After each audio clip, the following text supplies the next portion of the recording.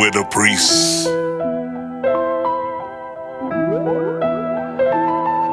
Staring down the barrel of a gun, the life of a black and brown man. So I have to teach my sons, be prepared for the trial that will come, and be a wise man in any situation. You can't be dumb. I never teach them to run. I breed and raise up warrior, defending the faith at all costs. That's the story of a priest in the UPK.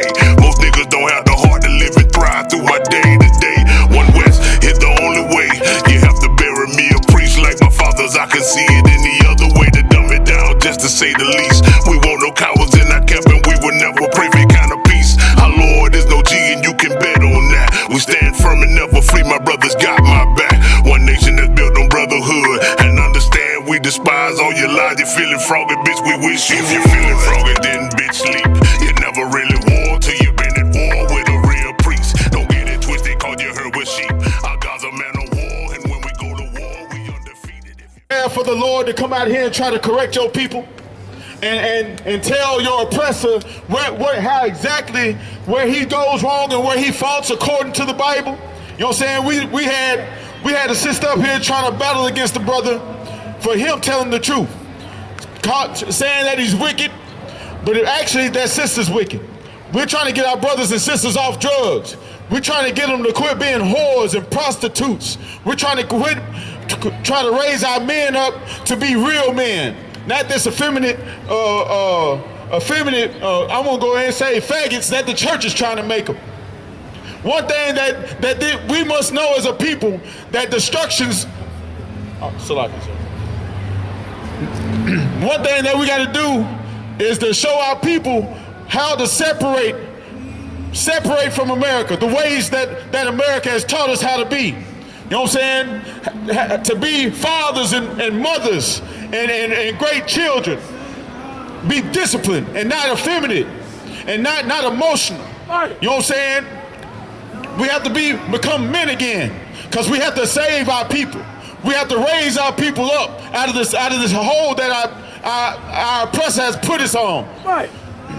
To get the knees off the necks of our brothers and sisters. To get our sisters to quit going into abortion clinics. To build this nation once again instead of destroy it. And the way to do that is to let go all the imaginations that America has spoon-fed us since birth. You know what I'm saying? Y'all about to celebrate, what is it, Mother's Day tomorrow? Mother's Day, that's actually a day where the Romans was celebrating the goddess Diana. Right. But now they done switched it over and say it's for your mother. When the Bible says to love thy mother and thy father, it doesn't give a specific day. You're supposed to fear your mother and father every day. Now they won't even allow us to raise our children up or to discipline our children without CPS coming knocking on your door. Right. But now you can choose at the age of 7 or 6 what gender you want to be. The Most High is not the author of confusion, and that's why this world is, as you know it, is about to be judged. Right. You know what I'm saying? You already went through one judgment with Corona. Everybody was scared. The churches shut down. Right. Blacks, Hispanics, and Native Americans started leaving the church in droves. One thing, the church doesn't do anything but teach us to be divided. That's why you got different denominations. I'm Baptist, I'm Catholic. What's your race? Oh, I'm Christian. They want to tell you I'm Christian. But the Lord got something in store for this world, and you hear it all in the news. They try to sweep it under the rug. Make it seem like it's not really what it is. But these missiles, they sit in silos and in submarines. They even got mobile deployments. But this world's gonna come to an end. Well, we know it, America as you know it, Russia as you know it, Ukraine, Paris. You ain't going to Gay Paris to take a romantic trip. Go ahead and get Revelation 11:14. And this is something that the I.S.U.P.K under Commander General YAHANNA has been teaching since 1969, trying to prepare our people for the destruction that's coming to this world. You know what I'm saying? white supremacy, go ahead and enjoy your place while you got it. Your heaven while you in it.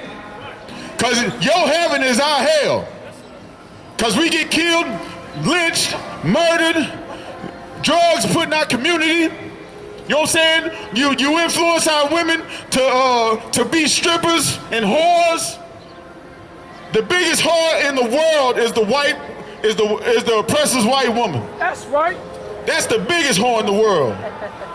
Hey, didn't they make fake eyelashes?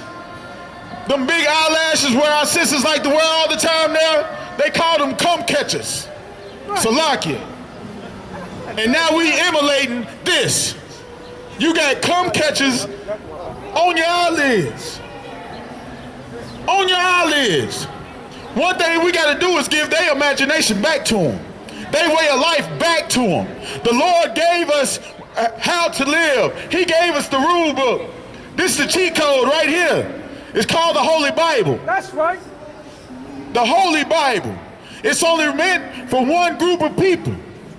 Blacks, Hispanics, and Native Americans, known as Israel. YAHANNA in the Hebrew.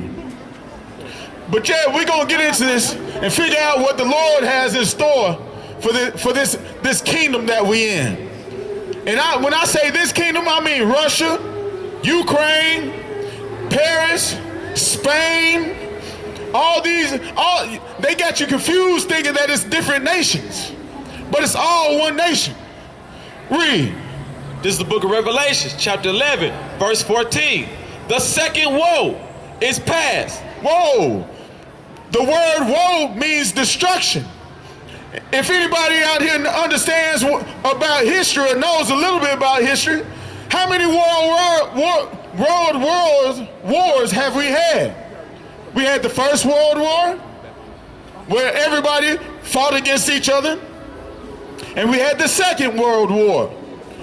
Right? Keep reading. And behold, the third woe cometh quickly. And the third woe cometh quickly. What Biden say? You know what I'm saying? If Putin invaded Ukraine, he was gonna send go send nukes. It might be a great war, a deadly war. Keep reading. Verse 15. And the seventh angel sounded, and there was a great voices in heaven, saying, the kingdoms of this world are become the kingdoms of our Lord, and of his Christ he shall reign over forever and ever.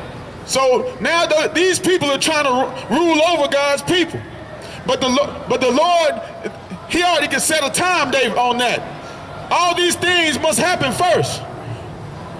The first war, the Second World War, now the third. But you know what I'm saying? It's right here written in the Bible. And everybody try to say that the Bible was a made-up book, a pleasurized book. They want to say that the Bible was written from Kemet, but I don't think that there's not one prophecy in the book of the dead. There's not one thing that ever came true other than homosexuality that came from Egypt. Our oppressor loves Egypt so much, you know what I'm saying? They pray to it. They got your sun worship. You going to church on Sundays. The Most High said the seventh day was the day that you're supposed to worship. We were supposed to worship, not on the first day. That's Friday sundown to Saturday sundown, from evening to evening. But he got our people out here trying to be like everybody else. You know what I'm saying? You don't understand the gravity of that situation. Instead of us being kings and queens and priests and princesses, we're being whores. Everybody want to be famous. Everybody want to shake their tail and be the big dope dealer. They want to be just like the oppressor. Because the oppressor is the biggest dope dealer, the biggest gangster. He was such a gangster, he came and stole the land from a people, and they proud of it. And they proud of it. And that's why this country needs to be destroyed. That's why these kingdoms need to be destroyed. Because they take advantage of the Lord's children. They take their blood, sweat, and tears, everything we worked hard for, they benefit off of. That's just one reason. I can pound that in for days. Not talking about all the slaveries and transatlantic slave trade, the sub-Saharan slave trade, all the kingdoms of North and South America that was destroyed by the hands of the wicked. And they still wicked. Because they walk around, like you said, they find themselves not guilty. Oh, that was a long time ago. I wasn't born back then. I ain't have no slaves. I ain't ever hanged nobody, but you still benefit from it. All these insurance companies, these banks, Morgan and Sachs, what is it? What's the one with the bull? Merrill Lynch, Chase Bank, Bank of America, Wells Fargo, all these are institutions that's still here today that benefited from the slave trade. That give loans to you, but reject us. They implement redlining. I gotta have an 850 credit score. You can walk in with a 400 and get what you need, but they'll still need check stubs for the last 10 years for me. But everything's supposed to be equal opportunity. The guys of Martin Luther King that we all should come together was a death sentence that was implemented by a Jewish man. He was, I forget his name, but he led his campaigns. Read that from the top again.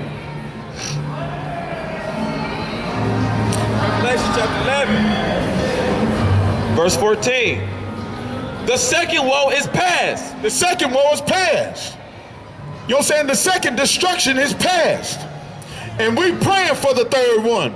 We waiting for somebody in the right position to say the right thing to influence Joe Biden, Putin, or NATO to go ahead and push that button. And behold, the third woe cometh quickly. And the third woe cometh quickly. Drop that. Go ahead and get Isaiah 26 and 20. And the third woe cometh quickly. Because everybody else is comfortable. Blacks, Hispanics, and Native Americans, we should be terrified right now. Because we have no leadership. We have nothing implemented within our communities, you know what I'm saying, how to lead, how to protect. What are we going to do? That's why you got the I.S.U.P.K under command General YAHANNA here, to have proper teachers, you know what I'm saying, proper priests, to be able to teach you this Bible, to teach you brotherhood, how to come together and love each other, quit backbiting and hating and being envious toward each other. You know what I'm saying? We have to find the solutions, and the solutions is inside this Bible, within us. We've been taught, you know what I'm saying, to hate each other, that you can't trust each other, that you can't love one another.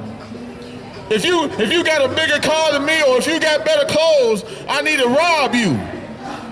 I need to get this money by any means necessary. But money's not gonna fix your problems. The love of money is the root of all evil. Look at how many black people die in the ghettos. Look at how many Hispanic brothers die in the barrios over drugs, over the love of money. Brotherhood is your answer. Sisterhood is your answer. These scriptures is your answer. There ain't no other way to survive. Because we can't be enemies to ourselves and still got to go out and face the enemy every day that cares nothing about us. Cares nothing about us. They trample us down in the streets. We already down at the bottom. How much lower do you want us to be?